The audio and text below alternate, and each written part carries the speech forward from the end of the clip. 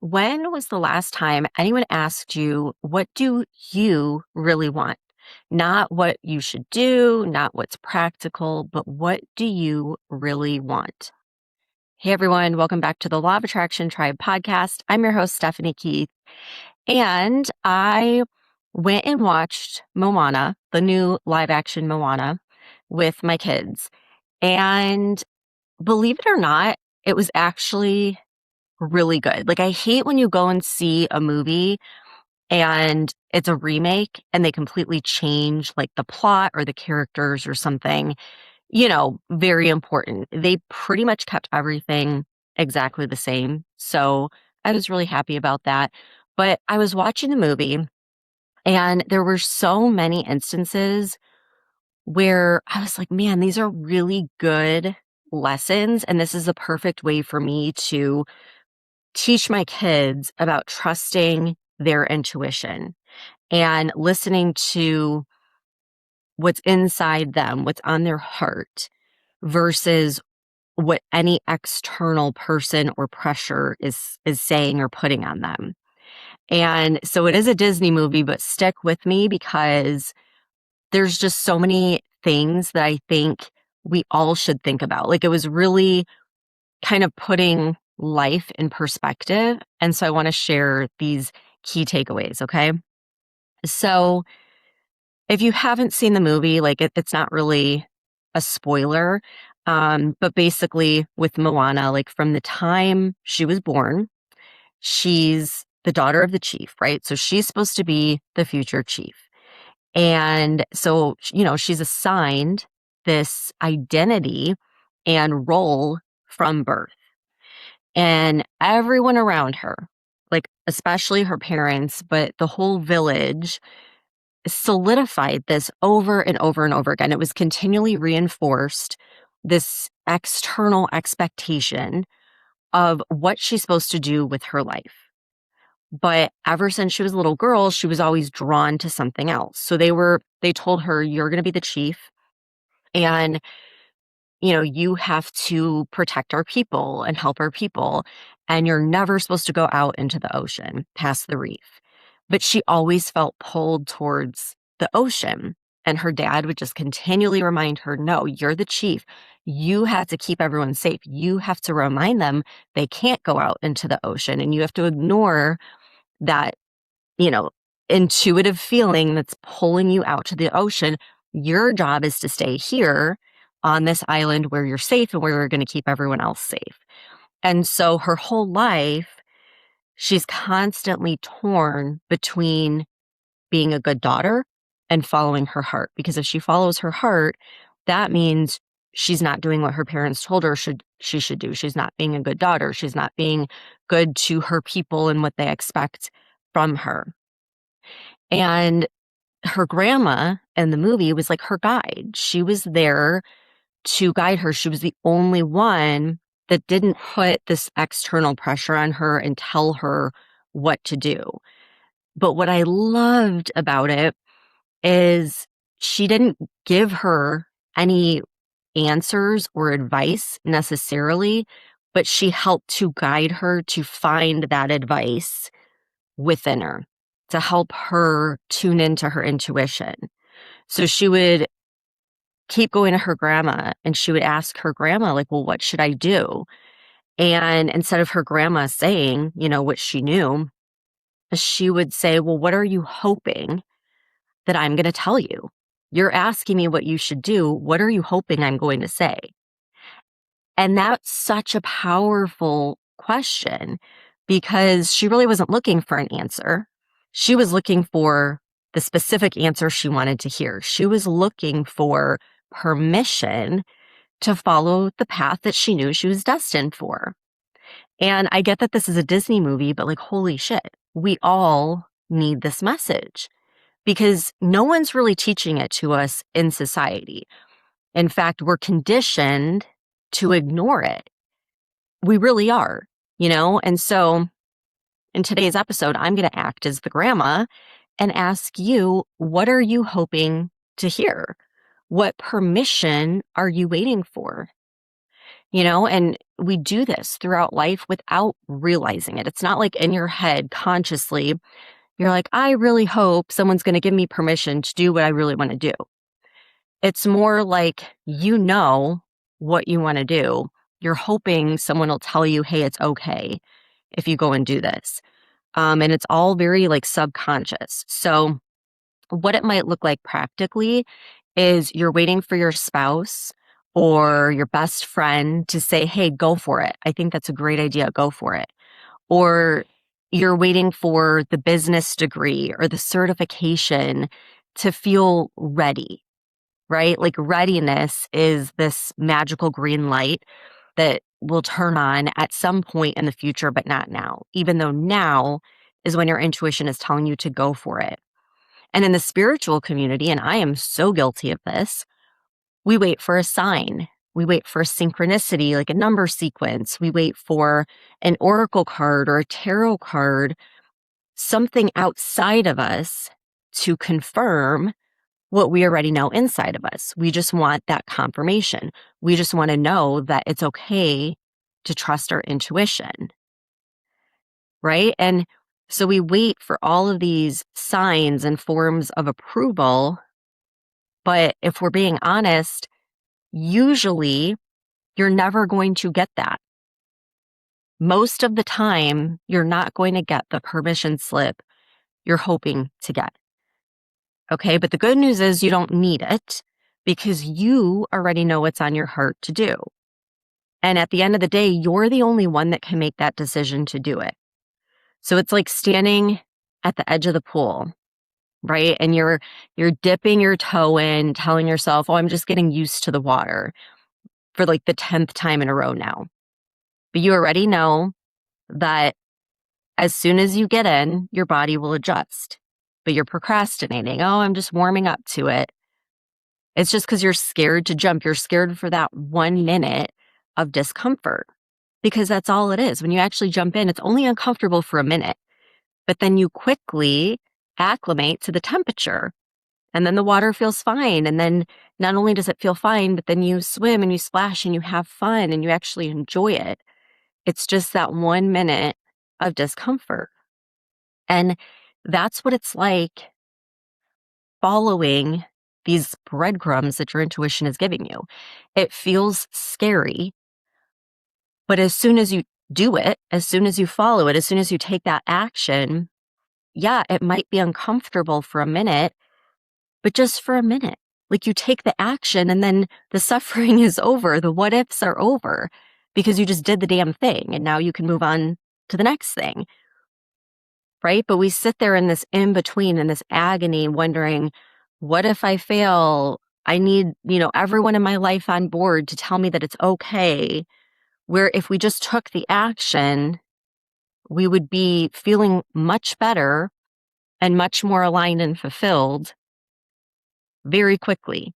But we procrastinate and we put it off and we sit in this in between. So, like, for example, you've all heard the story of me leaving my corporate job, right? So I got pregnant with Amelia and I knew without a doubt that was my out, that I was going to leave on maternity leave and I wasn't coming back. It was like I was watching a replay of my life in my mind. And I just knew with absolute certainty that I would not come back after maternity leave. Now I had nothing planned. Okay. I had started the Law of Attraction Tribe Instagram page and it was doing well, but I wasn't like actively selling things. I definitely wasn't making enough money. I don't even think I was making any money at that point to replace my income. And I know I didn't want to leave my baby and go back to the 9 to 5.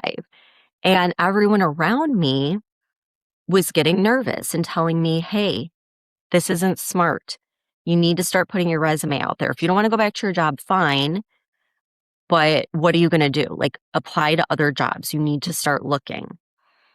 And I knew what was on my heart and I wasn't going to put myself in another situation like that.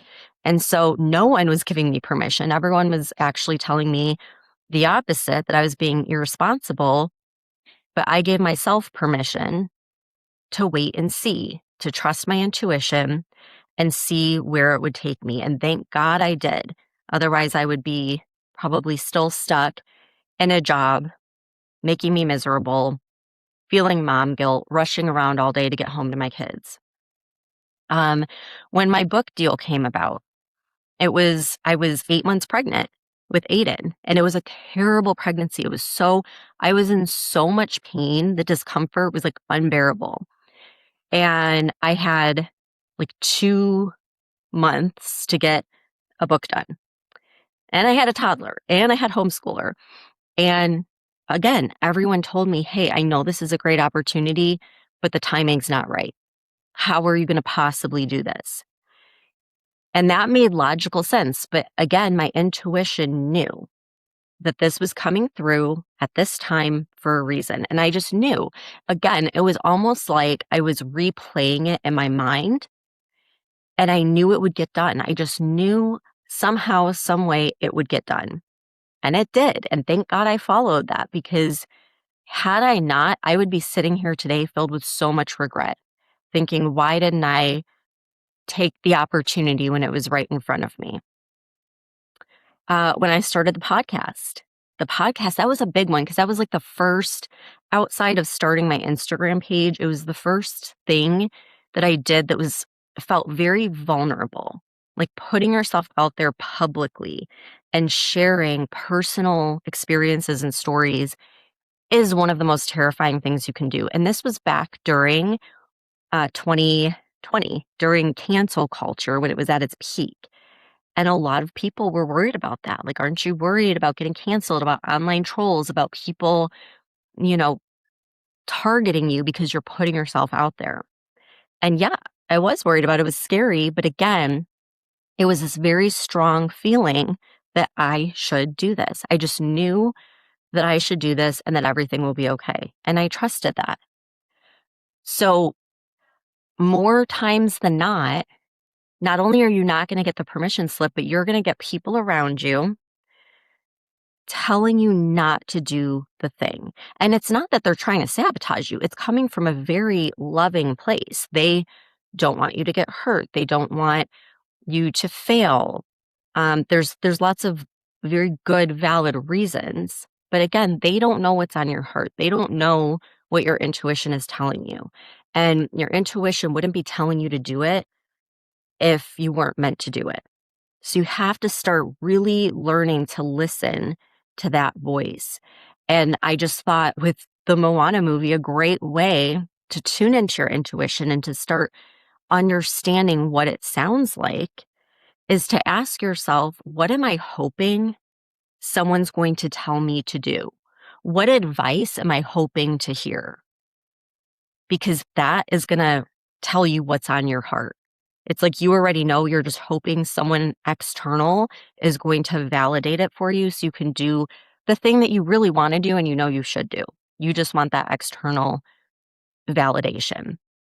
And sometimes, I mean, most times, we want that validation because what's coming through and what's on our heart doesn't match the person that we're supposed to be, right? So in the Moana movie, Maui calls her a princess and she gets like so offended. And she's like, I'm not a princess. And he's like, well, you are wearing a skirt and your dad's the chief. So like you're literally a princess. And she's like, well, maybe I don't want to be a princess, right? Because she wanted to be a wayfinder. And again, this is so relevant to everyone, myself included. What are you supposed to be? Like for me, I, as a kid, really up until I like was forced to come out of my shell in the real world, because somehow as a shy introverted person, I ended up in sales. But up until that point, I was a shy introverted person. I'm still a shy introverted person. Not really shy so much anymore, but introverted. And so, to start a podcast and to put myself out there to the world, like, well, that's not what a shy introverted person would do. I can't do that, right? It's things start to conflict with the identity that you have taken on. So think about the identity that was imposed on you, because really it was imposed on you before you could even talk. Like the moment you came into the world, you were given a name, right? Like you didn't pick it, you had no say in it, but you were given a name. At least on paper, you were told who you're going to be, right? But then your parents and your teachers and family, friends, and just society, they start to mold you because they tell you you're the shy one, or you're the strong one, or you're the responsible one. Or maybe like in school, they say, oh, you're the smart kid, or you're the troublemaker. And when you're told something enough times, you believe it, you internalize it. They have done so many studies on this where you can tell someone something that is absolutely not true, but if you tell them enough times, they will believe it. Even if it's not true, even if it defies what they can see with their own eyes. If they hear the lie enough times, they will believe it. And this was actually one of the many reasons, but it was a big reason why I started homeschooling Amelia, because when she was in VPK, the very first day of school, the teacher at the time, this teacher had ended up leaving, but the teacher at the time, the first thing she says on the very first day of school is, oh, well, this one has a very strong personality. And she said it just like that, you know? And I said, well, what do you mean by that? Well, she's too talkative. She doesn't want to listen to me. She wants to do what she wants to do. And I'm like, are you kidding? It's the first day of VPK. Like, she's never been in an environment like this. Can you give her a break? Like, she's learning, she's learning how to be in a completely different environment. And as the year went on, I started seeing her dim her light to try to fit in and fall in line and not get in trouble. And looking at this part of her personality, like through a negative lens, like, well, maybe it's not a good thing that, I'm talkative and outgoing because that means I'm disruptive or like the troublemaker in class. And that broke my heart. And I'm just like, it makes you look back and realize like all of the things that you have taken on to believe about yourself that's completely false. It was someone else's perception that was put on you. And then you took that on as part of your identity, right? Maybe you had a friend that decided like you're the funny one or you're the quiet one. Or maybe you had a bully that said, you're not good at sports, you're a loser, like whatever. But piece by piece, all of these different things outside of you built this identity that you ended up taking on. And most of the time, it comes from a very caring, loving place, right? Your parents and your teachers, everybody wants you to succeed. But with that comes expectations of what you should do and what you should be. But again, when was the last time anyone asked you, what do you really want? Not like what you should do, not what's practical, but what do you really want? What's on your heart? What is your intuition telling you to do? Right. And then, life happens. It's like you get hurt, you get rejected, you get embarrassed, you get let down. And every time that happens, you add a brick to this theoretical wall, right? You build this wall to protect yourself, and then you live within the confines of this wall. And it's not a flaw, it's a survival mechanism, right? It's like if you're bullied, you put up this wall and then you can end up becoming the bully because you want to hurt them before they have a chance to hurt you, right? Or maybe you grew up in a household where your dad walked out on your family. And so in relationships, like you walk out, you leave because you want to leave them before they leave you. Like it's things like this that we don't even realize it's not really who we are.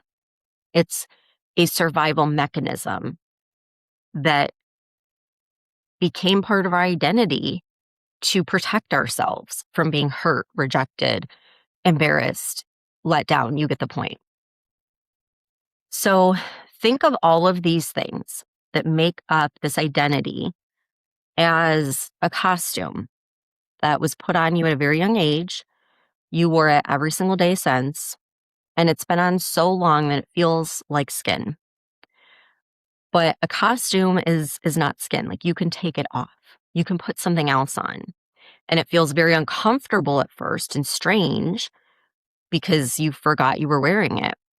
But underneath all of it is the real you, and you can change any of these aspects of your identity that were placed on you that maybe you didn't want, and maybe served you at one point in your life, but you're ready to let go of that and change that. Like, you're allowed to do that. Even late in life, even as an adult, you can do that.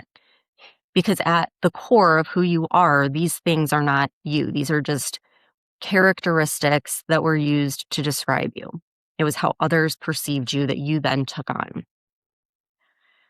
So if the identity that you were given doesn't match what's coming through, you're going to feel out of alignment. And you might tell yourself, I can't do this. I can't do that because I'm not smart enough. I'm not outgoing enough. I'm not whatever, fill in the blank. But those are all just labels, right? And you can decide to jump in the water at any point in time.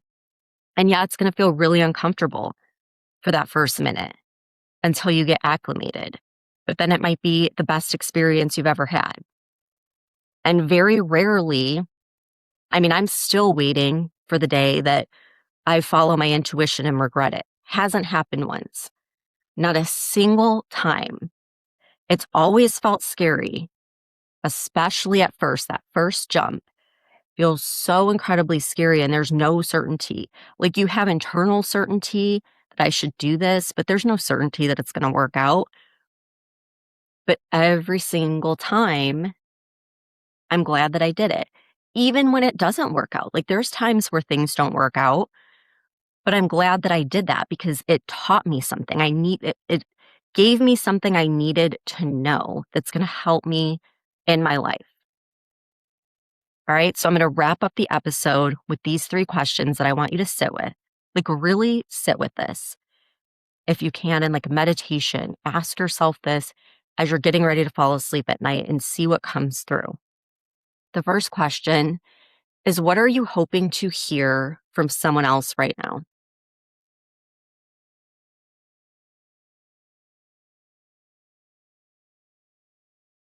Next is, what permission are you waiting for?